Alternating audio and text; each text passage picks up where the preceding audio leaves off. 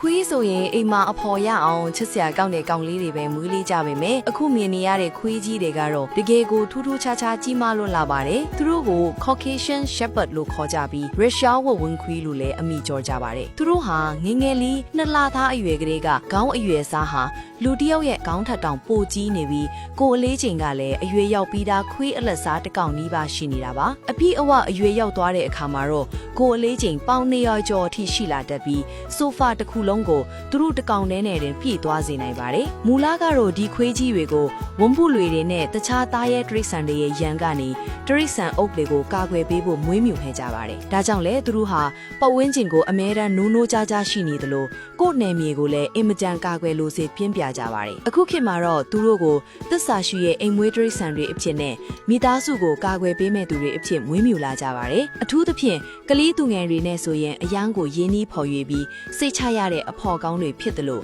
အဲ့အတွက်လည်းအားကိုးရတဲ့အဆောင်အရှောက်ကောင်းတွေဖြစ်ပါတယ်။သူတို့ရဲ့ကြီးမားတဲ့ခန္ဓာကိုယ်ကြီးကတင့်ကိုကြောက်ရွံ့စေနိုင်ပေမဲ့သူတို့ပေးတဲ့နှွေးထွေးမှုနဲ့လုံခြုံမှုကတော့တကယ်ကိုအံ့ဩဖို့ကောင်းလာပါတယ်ရှင်။